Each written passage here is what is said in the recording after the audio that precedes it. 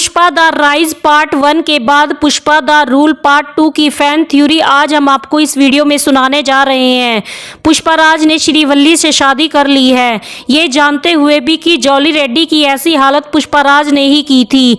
Jolly Reddy का भाई जक्का रेड्डी पुष्पाराज को ही सिंडिकेट ग्रुप का लीडर मानता है। इधर आईपीएस भंवर सिंह शेखावत पुष्पाराज से बदला लेने की आग में झुलस रहा है, लेकिन पुष्पाराज ने रेड सैंडलवुड के अपने बिजनेस को पूरी दुनिया में फैलाना शुरू कर दिया है। इसलिए पुष्पाराज के दुश्मन के लिए पुष्पाराज को मार पाना नामुमकिन है। मंगलम शीनू भी पुष्पाराज से अपने साले मोगलिस की मौत का बदला लेना चाहता है। पुष्पाराज अपनी मां, पत्नी श्रीवल्ली और दोस्त केशव के साथ रह रहा है।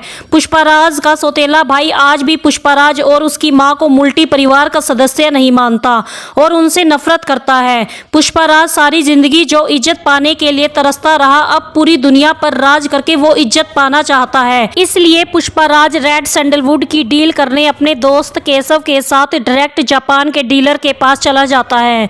जब इसके बारे में मिनिस्टर और जक्का रेड्डी को पता चलता है तो पुष्पाराज के खिलाफ हो जाते हैं, क्योंकि अब सिंडिकेट ग्रुप्स के मेंबर को ये लगने लगता है कि अगर पुष्पाराज लाल चंदन को डायरेक्ट जापान जाकर बेचेगा तो बाकी किसी को भी इसका प्रॉफिट नहीं मिलेगा।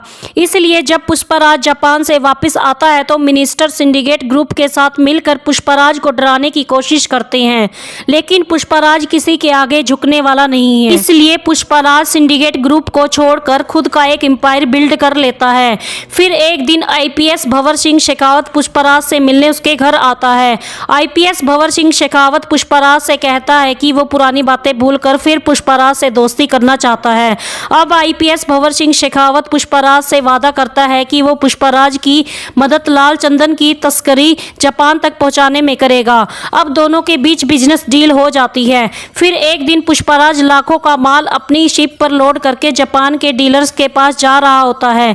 रास्ते में मंगल शीनू अपने आदमियों के साथ पुष्पाराज की शिप पर हमला कर देता है। पुष्पाराज अकेला ही एक एक करके मंगल शीनू के आदमियों को मार देता है। अभी पुष्पाराज मंगल शीनू को मारने ही वाला होता है, तभी वहां एक दूसरी शिप में जॉली रेड्डी श्रीवल्ली को पकड़कर समुद्र में ले आता है। श्रीवल्ली को वहां देखकर पुष्पाराज रुक जाता है। असल में ये सारा प्लान आईपीएस भंवर सिंह शेखावत ने मंगल शीनू और रेड्डी भाइयों से मिलकर पुष्पाराज को मारने के लिए बनाया था।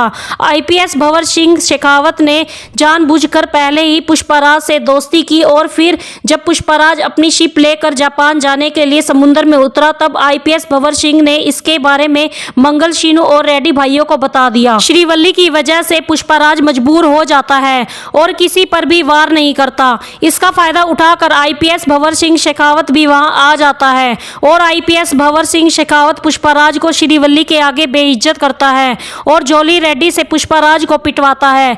पुष्पाराज श्रीवल्ली के बदले लाखों का माल उनको सौंप देता है। वो तीनों पुष्पाराज का माल लेकर वहां से चले जाते हैं और पुष्पाराज और श्रीवल्ली को एक बोट में बांधकर समुद्र के बीचों बीच छोड़ देते हैं। समुद्र में तेज तूफान के कारण वो दोनों समुद्र में डूब जाते हैं। पुष्पाराज उस तूफान से खुद को तो बचा लेता है, लेकिन श्रीवल्ली को नहीं बचा पाता। श्रीवल्ली की समुद्र में डूब जाने से मौत हो जाती है। अब पुष्पाराज के दुश्मनों को लगता है पुष्पाराज मर गया है और कभी वापस नहीं आएगा। इसलिए रेड्डी ब्रदर्स और मंगल शीनू आईपीएस भंवर सिंह शेखावत के साथ रेड सैंडलवुड की तस्करी का बिजनेस संभाल लेते हैं।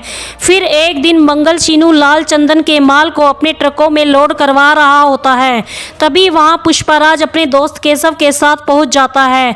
पुष्पाराज को जिंदा देखकर सभी हैरान हो जाते हैं।